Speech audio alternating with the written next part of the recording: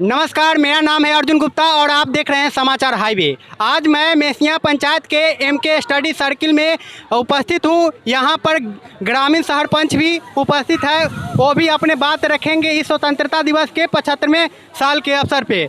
तो आइए यहां पे सरपंच से भी बात करते हैं और साथ में यहां के जो सर हैं उनसे भी बात करेंगे। पहले सरपंच से स्टार्ट करते हैं। तो सरपंच, आज जो है 15 अगस्त है, आप तिरंगे के नीचे हैं, आप सत्य बोलिएगा, एकदम झूठ नहीं बोलिएगा कि तो आप अपनी बात को समाचार हाईवे के माध्यम से हमारे जनता तक पहुंचाइए।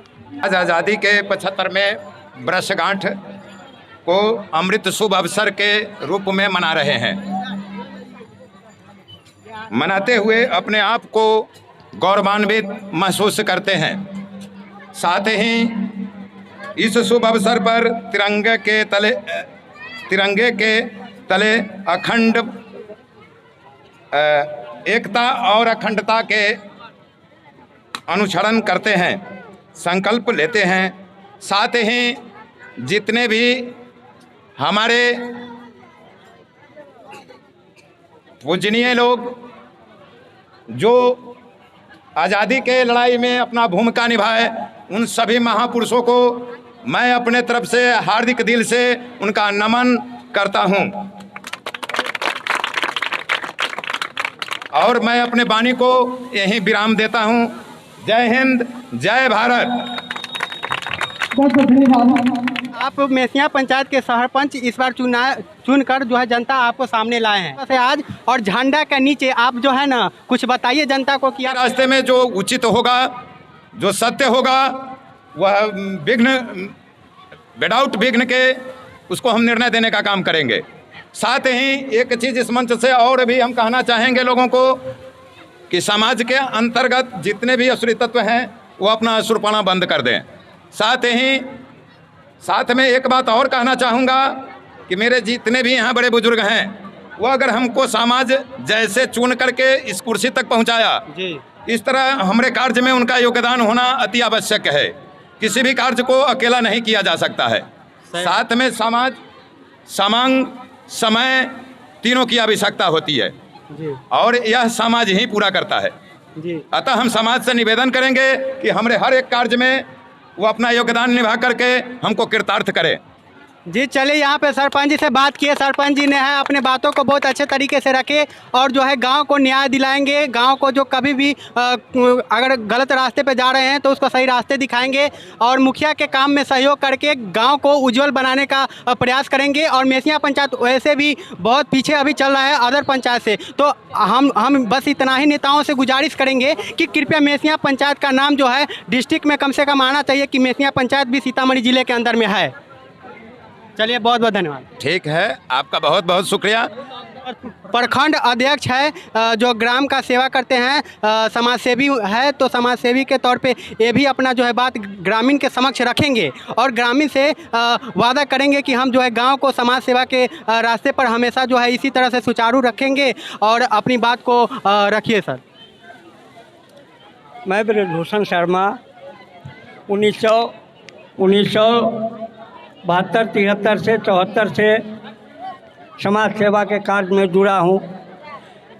मेरा एक रिकॉर्ड रहा है इस गांव में, इस पंचायत में, कि भ्रष्टाचार के खिलाफ लड़ना। मैं आज तक कोई भी ऐसा समाज के लोग हैं जो मेरे ऊपर ये उंगली उठा दे कि मैं किसी भी कार्यालय में काम कराने के लिए किसी पदाधिकारी को 1 रुपया देने की बात किया हूँ। मैं भ्रष्टाचार के खिलाफ लड़ते आया हूँ, लड़ता रहूँगा।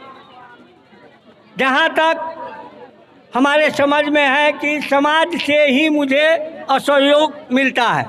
इस समाज में 100% तो नहीं कह सकता, लेकिन 80% लोग ऐसे हैं जो गरीबों की हकमारी करना चाहते हैं और हकमारी करते आए हैं, जिसके विरोध में मैं एनी टाइम लड़ता आया हूँ, आज भी लड़ रहा हूँ।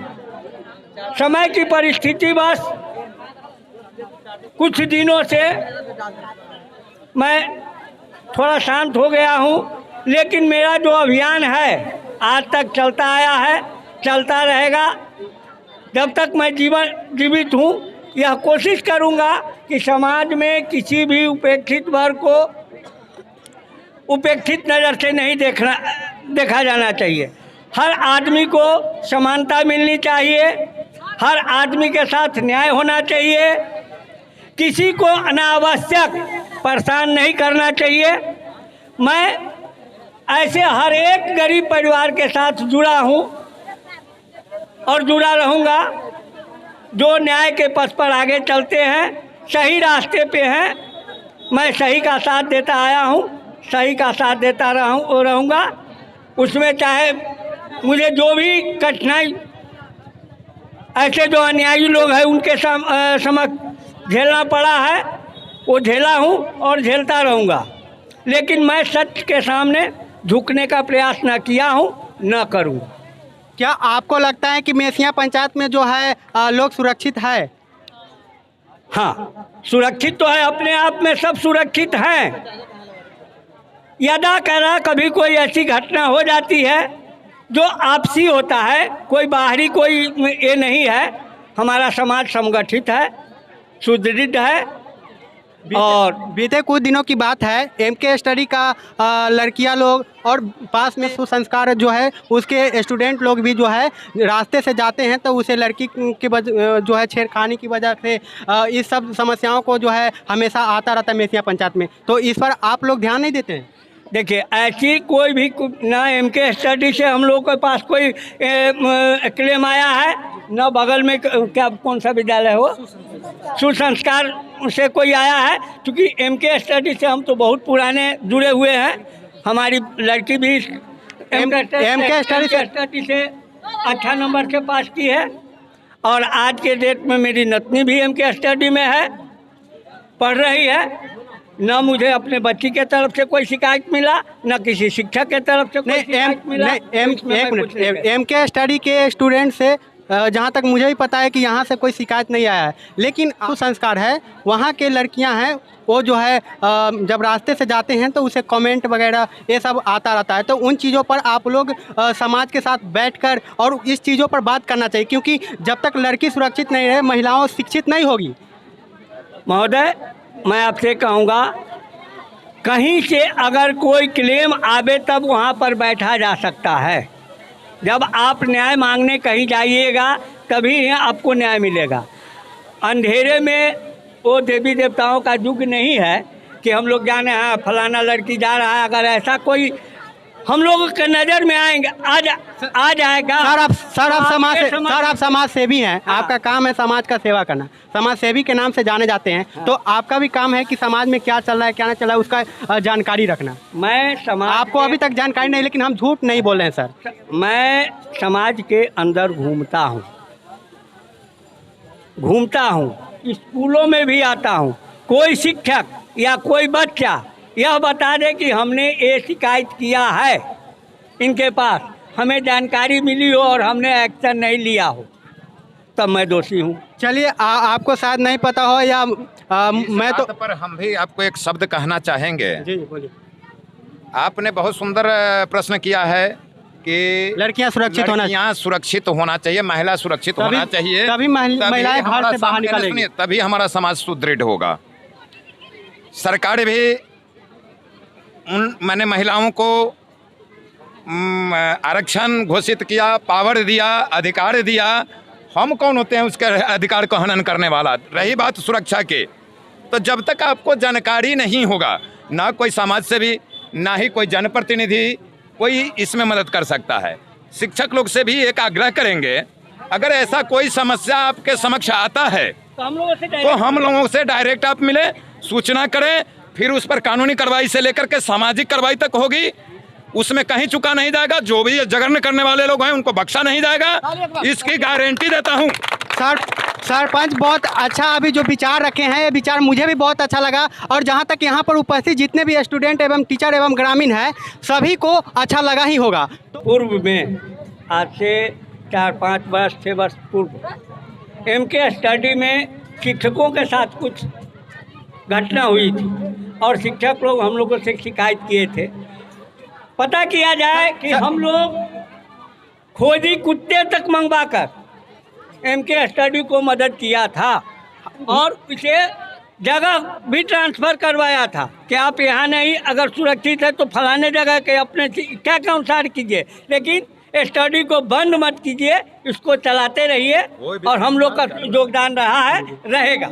जी चलिए, आपकी गलती नहीं है, हम मानते हैं इस बात को। इसमें सरासर गलत जो है गार्जियन पेरेंट्स जो होते हैं और टीचर का गलती है। जब तक वो समाज को बताएंगे नहीं तब तक समाज सेवी भी कुछ नहीं कर सकता है, क्योंकि समाज सेवी जो है जब तक उसको पता नहीं चलेगा वो समाज का सेवा नहीं कर सकता है। तो यहाँ पर हमारे साथ MK स्टडी सर्किल के टीचर भी जुड़े हैं, तो उनसे ही बात करते हैं कि उनको क्या क्या कठिनाइयों का सामना करना पड़ा और उसका जो स्ट्रगल लाइफ है वो MK स्टडी को ये अभी तक कैसे चला रहे हैं, इसके बारे में भी जानकारी प्राप्त करते हैं। सर, आपका बहुत बहुत स्वागत है। आज बहुत बहुत धन्यवाद।